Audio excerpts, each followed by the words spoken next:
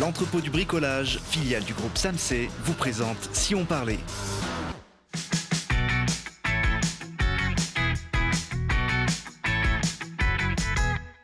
Ouais, parce que c'est important de regarder aussi ce qui se passe près de chez nous. Télé Grenoble vous donne la parole tous les jours du lundi au vendredi à 19h15, 20h15 et 23h15.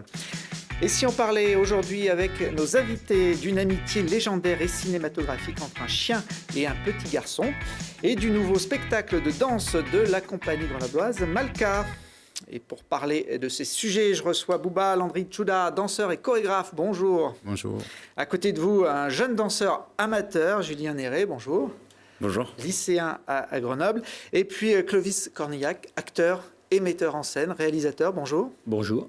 Bienvenue. On aura également tout à l'heure une apparition magique sur ce plateau avec le retour de Kevin Micou. Mais pour démarrer cette émission, on va parler d'un film qui lui aussi est un petit peu magique. Il a bercé l'enfance de pas mal de générations. Belle et Sébastien. Je crois que vous étiez même pas né, Clovis, quand Belle et Sébastien fait son apparition à la télévision. C'est dire. Et c'est dire. Ah, c'est dire que c'est quand même c'est vieux. Hein. Non, j'étais pas né. Non, j'étais pas né. Moi, j'ai vu j'ai vu quelques épisodes sur la rediffusion, une rediffusion qui devait être dans les années 75 ou 76. Ils ont dû rediffuser. Moi, je suis de 68, donc il y a eu c'est plus début 60. Ouais, c'est 1965 l'apparition de ce feuilleton à la télévision en noir et blanc. On voit d'ailleurs quelques images du générique. Une histoire d'amour entre un petit garçon et un chien, un patou au milieu des montagnes enneigées. Ouais, on va dire une relation forte de camaraderie presque, parce que l'histoire d'amour, ça, j'irai pas jusque-là. Mais en revanche, oui, vraiment la rencontre entre un chien et un enfant et comment ils vont s'entraider, vivre ensemble comme des camarades de montagne. Et avec un grand-père aussi, qui est très important. C'est des personnages...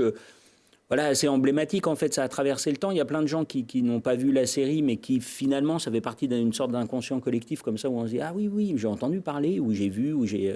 le petit Mehdi, là, ça a été un héros national, quoi. Ah oui, à l'époque, c'est un feuilleton qui vraiment avait marqué les esprits. Il y avait moins de chaînes de télévision aussi dans les années 60 qu'aujourd'hui. Donc, quand un feuilleton était projeté à la télé... C'était gigantesque. Ouais. Tout le monde le voyait.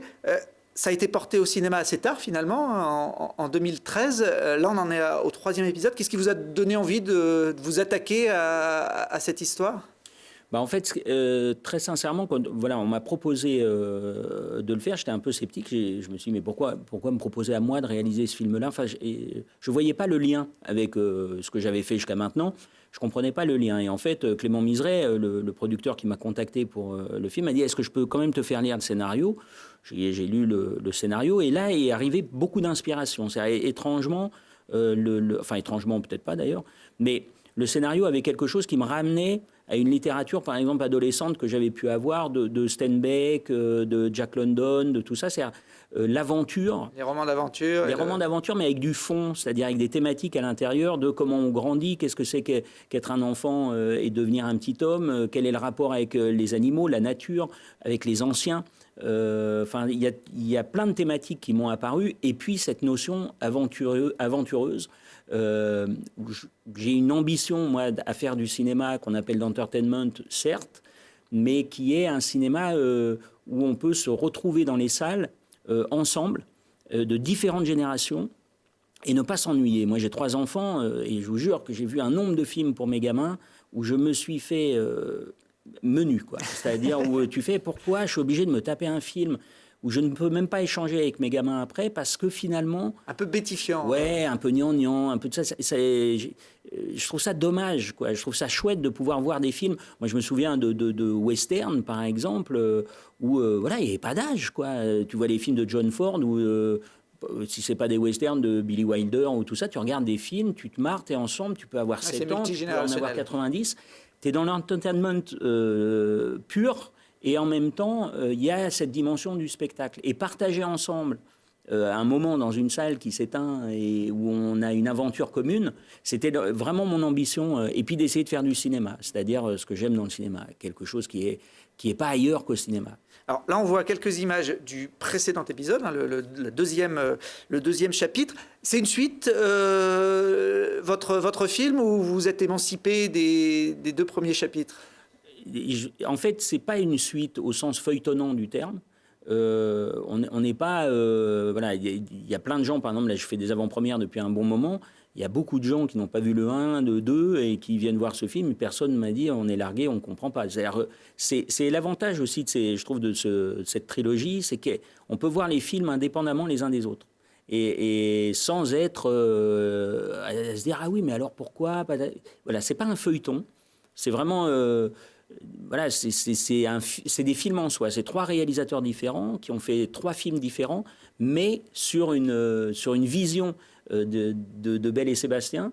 Donc je trouve ça très chouette parce que ça permet vraiment d'avoir en plus 3 films qui ont une empreinte très différente. Et je trouve ça plus riche finalement que d'avoir une sorte de truc assez plat et qui continue, qui est plus lié pour le coup, je trouve, à des séries télé ou des choses comme ça, où là il faut vraiment, voilà, c'est du feuilleton, quoi. Et on n'est pas dans le feuilleton, on est vraiment dans une licence. Et c'est pas la même chose.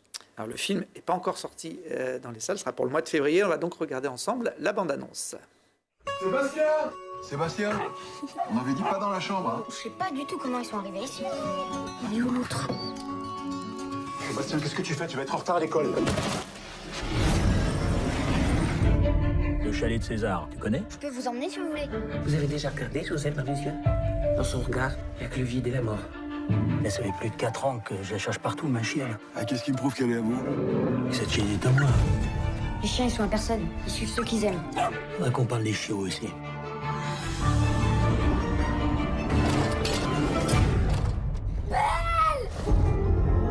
C'est de ma faute. Je suis trop vieux. Non, c'est moi qui suis trop petit. On va pas se laisser faire. On va aller les chercher. On va se cacher au Moline. Ils penseront jamais à nous chercher là-bas. Allez, encore un effort! Si ma chienne a disparu, je te jure que vous allez finir dans le ravin.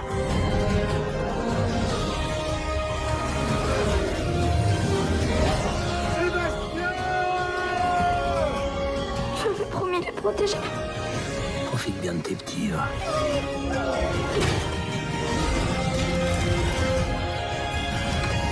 Je vais la tuer. Elle est pas à vous, Belle. Ce sera jamais à vous. Paris. Alors, on comprend sur cette bande-annonce que vous ne jouez pas forcément le plus gentil des montagnards. Hein. Non, a priori non. Vous êtes super perspicace. On laisse un peu de suspense, mais bon. Ouais, non, mais oui, enfin, je crois que la bande-annonce est assez claire.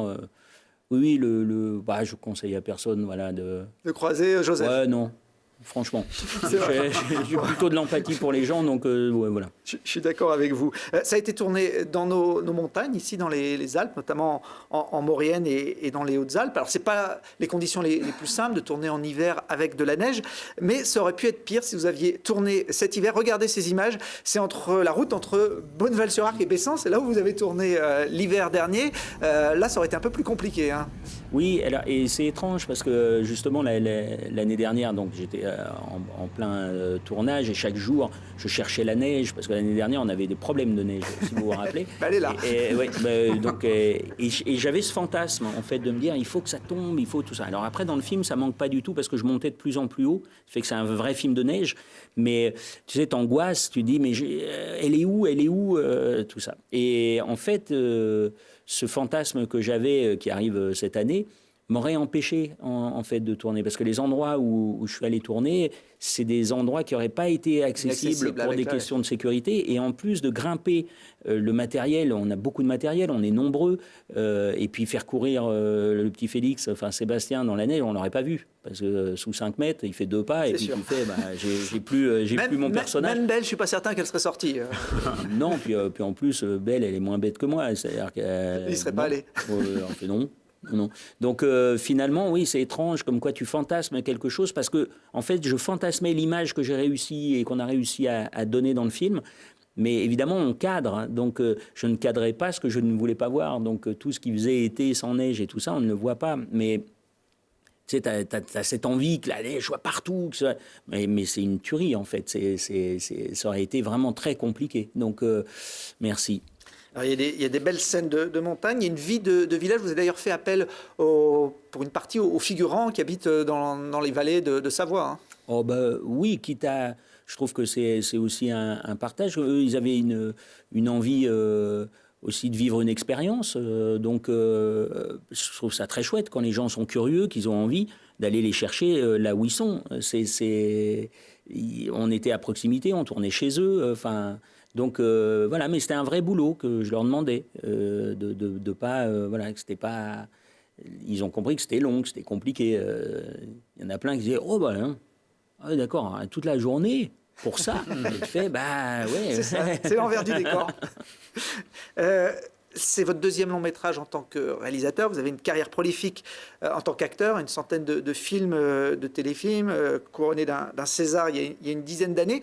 Quand vous jouez dans un film que vous réalisez, qui vous dirige au moment où vous êtes devant la caméra ? C'est moi. Vous ? Oui, pas de... Non, pour le coup, voilà. Vous savez, moi, j'aime beaucoup travailler avec les acteurs aussi, comme avec mon chef opérateur, comme avec tout le monde. Faire un film, c'est être partout, c'est être dans les ourlets des vêtements. C'est-à-dire que ce film-là, c'est moi à tous les endroits. Donc, je travaille avec les acteurs et tout, mais c'est vrai que dans mon expérience d'acteur pendant 35 ans à jouer pour les autres, j'ai été rarement dirigé. En fait, les acteurs, on est souvent livrés à nous-mêmes. Donc finalement, ça change pas grand-chose. Je prépare tellement mon film et tout que le personnage, je sais où il est. Enfin, je sais où je veux l'emmener. Donc je suis pas dans une inquiétude de ça. Et puis je m'intéresse assez peu à moi dans le sens où j'ai l'impression que j'ai eu une chance inouïe d'avoir autant de rôles et autant de choses à faire. Donc je ne fais pas des films, je ne réalise pas des films pour me caster ou pour montrer tiens, je vais jouer ça. Non, je veux que ça s'inscrive dans le film et je sais pourquoi ce personnage m'importe comme réalisateur. Et en revanche, de travailler avec les autres acteurs, ça c'est passionnant, de les emmener sur ton territoire, sur ton monde, sur ton fantasme. Je pense qu'en tant que chorégraphe, c'est un peu la même chose. C'est-à-dire qu'il y a une envie, tu as envie de faire quelque chose, tu sais de quoi tu parles. C'est habité, c'est peut-être pas bien, mais en tout cas, c'est plein. C'est-à-dire qu'il n'y a pas... qualitativement, c'est difficile d'avoir du recul, mais en revanche, l'investissement qu'on met dans quelque chose, ça, il est indéniable. Personne ne pourra dire que ce film n'est pas travaillé ou n'est pas rempli de quelqu'un qui a une vision de quelque chose. Et après, que ce soit bien, ça, c'est autre chose. C'est pas... L'accueil du public dans les avant-premières est plutôt très positif, notamment dans la région. D'ailleurs, le film sortira en région Rhône-Alpes avant la sortie nationale. Oui, une semaine avant. Il sort le 7 février en Auvergne-Rhône-Alpes et le 14 en France. On joue à domicile, on a des avantages. On a le droit de sortir une semaine avant, c'est chouette. Je trouve ça bien, mais la rencontre, comme vous dites, avec le public, puisque là, depuis à peu près le mois d'octobre, je commence à montrer le film et maintenant ça s'accélère et je fais beaucoup d'avant-premières. C'est vrai que ça, c'est fabuleux. C'est comme quand tu fais un spectacle et que tu as ce retour où tu restes évidemment, il ne s'agit pas de prétention et tout ça, mais quel bonheur de voir que les gens partagent l'endroit que tu as voulu leur donner. C'est-à-dire que ça, c'est extrêmement gratifiant et ça te donne aussi une force parce que tu dis, OK, ça va, je suis pas dingo, quoi. Je suis pas tout seul dans mon coin avec une vision pas partagée parce que même... cette notion, en plus, ça c'est des films pour le grand public, pour tout le monde, et de voir que toutes les générations, après les représentations, j'allais dire, après les projections, sont enthousiastes et sont pris par le film et par l'histoire. C'est génial, c'est pour ça que j'ai envie de faire du cinéma, donc c'est cool. Alors, vous avez d'autres points communs avec Bouba, le football. Je crois que Bouba était un joueur de haut niveau, et vous, Clovis, vous êtes viscéralement attaché à l'Olympique Lyonnais. Ah oui, grave. Mais en revanche, à la différence de Bouba, je suis un très très mauvais footballeur. C'est-à-dire que j'ai toujours été une truffe, j'ai des pieds carrés, j'ai aucun... Moi, je faisais des sports de combat, donc c'était ça mon truc. Donc je me vengeais de mon non-douage pour le ballon. Mais... Vous auriez pu jouer, vous, Bouba, à très haut niveau. À un moment, votre carrière aurait pu bifurquer. Oui, je pense.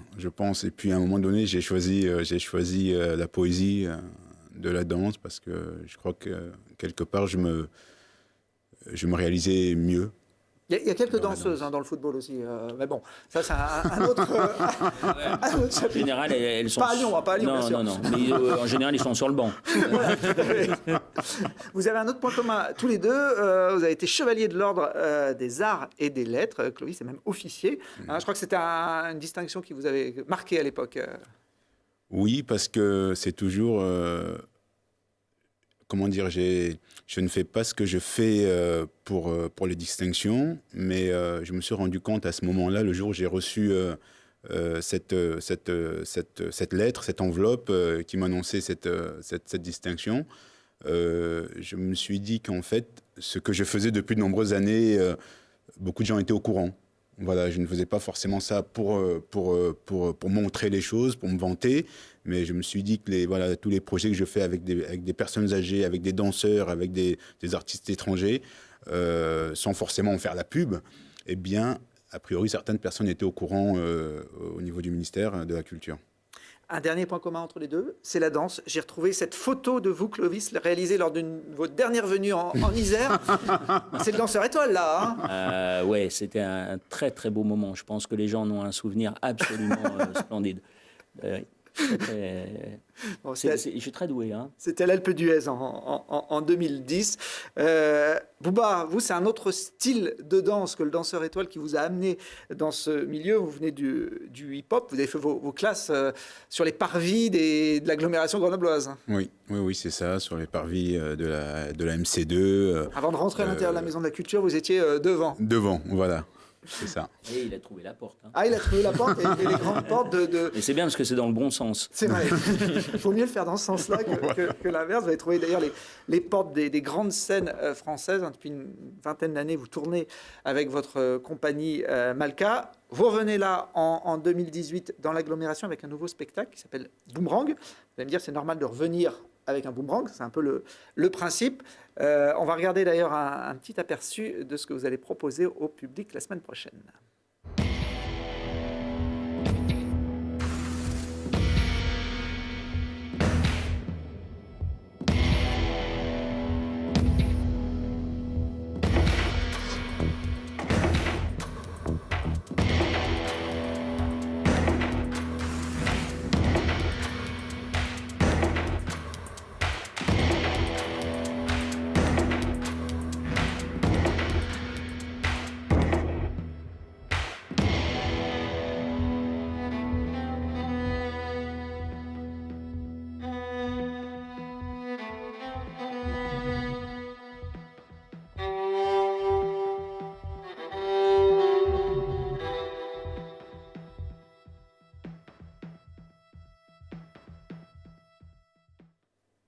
Alors, vos précédents spectacles tournaient autour de situations du quotidien, de l'être humain, des problèmes de société. C'est encore le cas sur celui-là ?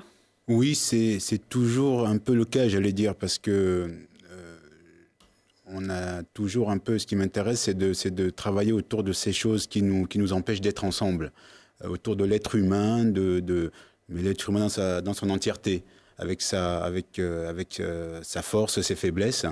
Et oui, il paraît que toutes mes pièces parlent de la même chose, mais ce sont des questions assez centrales dans mon travail. Vous les construisez comment, vos chorégraphies ? C'est d'abord dans la tête C'est beaucoup dans la tête, c'est beaucoup de documentation, et puis c'est aussi beaucoup ce que je vois, ce que j'observe, les amis, beaucoup la famille. Voilà, et tout ça me permet de me rendre aussi compte qu'on n'est pas seul au monde et que ça n'est pas toujours simple d'être ensemble. Parfois on s'aime bien, mais c'est quand même dur malgré tout d'avancer, de construire ensemble. Et cette dimension-là, dans l'humain, m'intéresse beaucoup. Alors là, il y a 8 danseurs en scène. Vous jouez, vous, dans vos spectacles, comme Clovis dans ses films ou... J'ai toujours joué jusqu'à présent, mais dans ce spectacle, j'avais besoin d'être à l'extérieur. J'avais besoin de diriger les danseurs de l'extérieur. Parce qu'ils sont tous différents. Le casting, l'audition a été faite. Disons que j'ai trouvé des danseurs extrêmement différents et j'avais besoin de composer, de faire un tout avec toutes ces différences-là. Et c'était compliqué pour moi d'être dedans en même temps. Voilà. Pour faire un parallèle avec le football, vous travaillez beaucoup à la vidéo pour préparer vos spectacles. Toujours. J'essaye de parce que parfois je ne vois pas toujours tout de suite ce qui se joue, je ne me rends pas toujours compte des petites des choses intéressantes que peuvent me proposer les danseurs tout de suite. Donc je filme tout ce que je fais, je filme toutes les répétitions et très souvent le gros du travail se fait seul à la maison devant la vidéo le soir tard. Je décortique tout et puis je me rends compte que dans les 3 heures que j'ai filmé, il y a 30 secondes qui étaient bien en fait, que je n'ai pas vu sur le moment. Et dans mon boulot, c'est de construire, d'inventer un exercice, un atelier pour pouvoir développer ces 30 secondes-là pour en faire quelque chose de plus consistant avec du sens. Bon, le spectacle fait plus de 30 secondes. Vous pourrez le découvrir jeudi et vendredi 18 et 19 janvier à la Rampe à Échirolles. Et vous êtes en parallèle sur un autre projet qui concerne aussi d'ailleurs la commune d'Échirolles, mais pas que, un projet participatif avec des jeunes amateurs. Oui, j'ai eu envie. En fait, les projets sont liés. C'est-à-dire que le projet Vie Violence, que je développe avec des jeunes de la métropole grenobloise, est lié à Boomerang. J'ai eu envie de continuer à creuser cette question de la violence lorsqu'elle nous empêche justement d'avancer. Et je me suis dit que j'avais besoin de me poser dessus quelques années.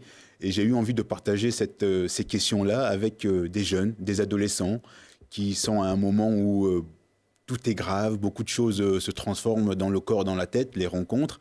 Et du coup, j'ai eu l'idée du projet Vie Violence avec des amateurs de trois villes, Grenoble, Échirolles et Saint-Martin-d'Air. Alors Jules, vous faites partie de ces amateurs, de ces jeunes, vous avez 16 ans, vous êtes lycéen aux Eaux Claires. Avant de vous lancer dans ce projet, vous étiez déjà un danseur dans l'âme ? J'étais pas du tout danseur. J'ai fait un peu de hip-hop quand j'étais jeune, mais rien de plus. Qu'est-ce qui vous a attiré alors C'était le spectacle et la danse en soi, parce que j'avais jamais vraiment dansé. Et du coup, apprendre à danser et aussi monter sur scène à la fin du projet.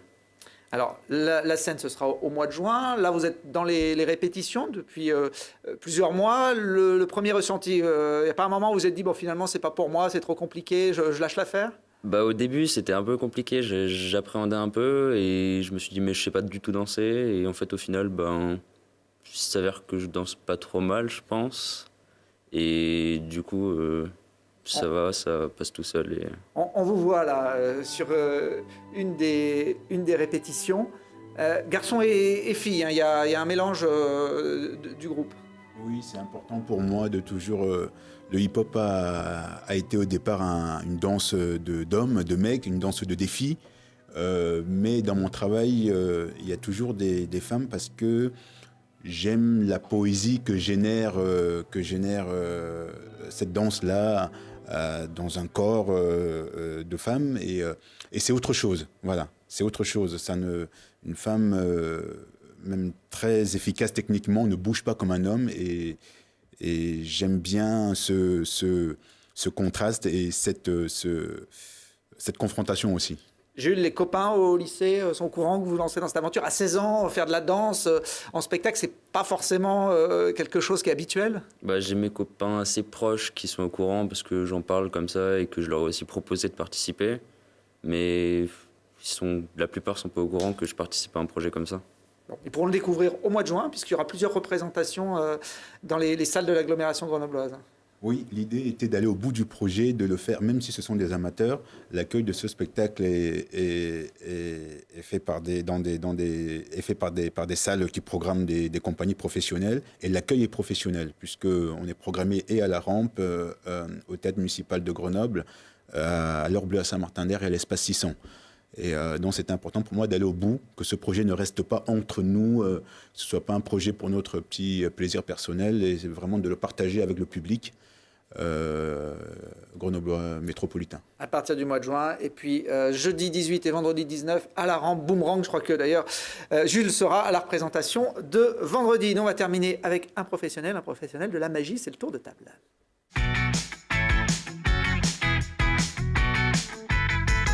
Avec le retour de Kevin Micou, notre magicien maison. Bonjour, Kevin, qui va démarrer l'année 2018, en essayant de nous embrouiller un petit peu, forcément. De toute façon, c'est fait. Hein en 15 secondes, il n'avait pas de tatouage. C'est vrai, ils sont pas comme ça. C'est déjà fort. Voilà, merci beaucoup. Alors, je suis venu vous préparer. Alors, c'est le premier tour de l'année. Moi, c'est ma rentrée, en tout cas, dans l'émission Si on parlait, pour ma chronique. Et j'ai décidé de vous faire ma spécialité, un tour de cartes. Alors, on m'a donné une petite contrainte aujourd'hui que j'ai pas d'habitude. C'est une contrainte de temps. Donc, je vais vous faire un grand classique de la magie qui est de vous faire choisir une carte, de la perdre et de la retrouver. Jusque-là, tout va bien. Donc je suis venu, comme vous pouvez vous en douter, avec un paquet de cartes. Exactement, un jeu tout à fait truqué bien sûr, dans lequel vous allez choisir l'une de ces cartes. Alors justement, pour pas qu'on pense que ça puisse être truqué, vous allez la choisir mais sans la regarder, en me disant simplement stop où vous le voudrez. Je vous écoute. Et t'as pas beaucoup de temps, c'est ça? C'est exactement ça. Donc je peux Autant en faire perdre. Autant je vous la montre. Je vous écoute. Top. Ici, juste là. Alors je vais laisse prendre la carte. Vous me la montrez surtout pas, vous la montrez à la caméra. Je ne sais pas où elle est, mais vous me la montrez. Je n'ai pas de retour pour savoir où est la carte. Et une fois que c'est chose faite, vous la reglissez dans le paquet, n'importe où. Ouais, de toute façon, tu la retrouveras. Génial, j'espère en tout cas. Alors regardez bien ce qu'on va faire. On range le paquet dans son étui. On referme bien l'étui. Jusque-là, tout va bien. Et je vous ai dit qu'il fallait jouer avec le temps. Donc regardez bien ce que je vais faire. Je vais juste...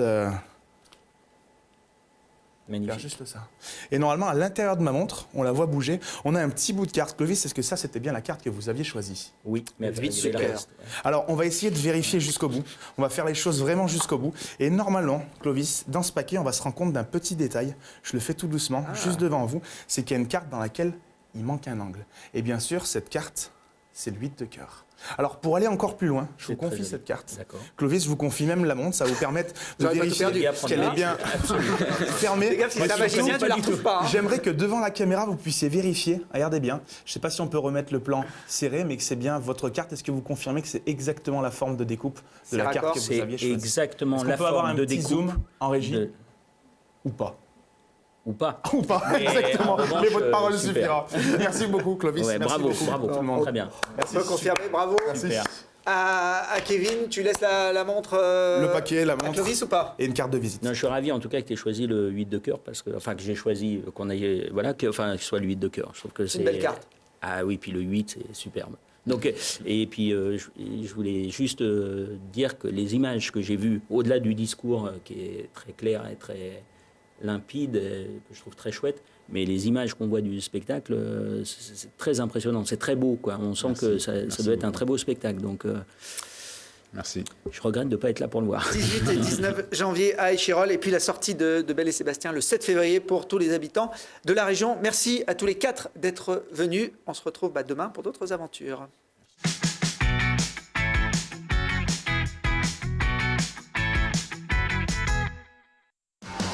L'entrepôt du bricolage, filiale du groupe Samsé, vous a présenté Si on parlait.